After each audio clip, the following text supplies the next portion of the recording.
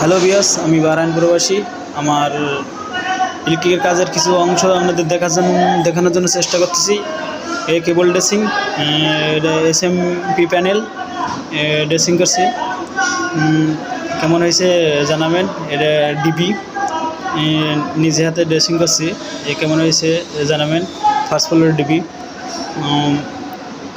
এটাও ফার্স্ট ফ্লোরের ডিবি। কেমন হয়েছে জানাবেন। হ্যালো ভিউয়ার্স, আমি বাহরাইন প্রবাসী।